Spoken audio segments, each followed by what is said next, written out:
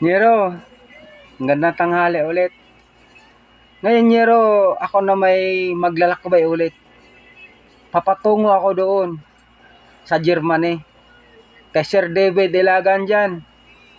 Kamag-anak ni Ate Malo, pero patay na si Ate Malo. Sir wala na talaga yun Nasama sa COVID, sir Sa St. Luke's. Ngayon, nandun tayo sa Germany. Ako po ay nakiusap sa inyo lahat ng OFW at mga katulong dyan. Kristiyano ka man o Tagalog, sana po ay tulungan nyo naman mga lahat ng vlogger, nangungulila at katulang views. Bigyan nyo, like nyo naman ng kahit kaunti lang.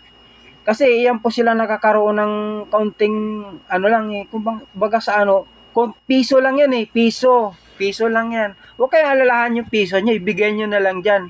Diba? Para kang nagbibigay na ng lata bumili ka doon sa grocery, may lata ngayon, di ba? Mag-like ka ng piso, parang ganun lang yan. Estilong ganyan.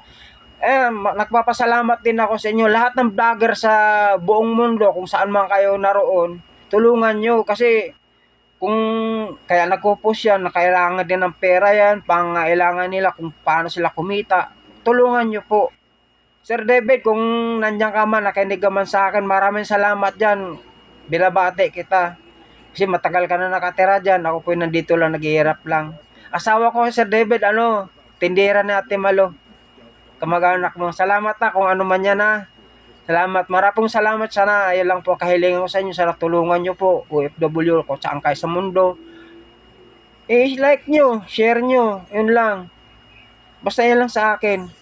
Kasi kailangan din nila yan. Piso lang yan. Oo. Parang bumili lang nga sa grocery. Piso. Hulog sa lata. Ganun lang yan. Salamat Sana huwag kayo magsawa sa akin. Basta at least makakatulong ako sa inyo. Salamat. Mga panyero-panyera dyan sa Germany. Nyero na lang para isang lang Salamat sa inyong lahat at mabuhay kayo lahat Maraming salamat.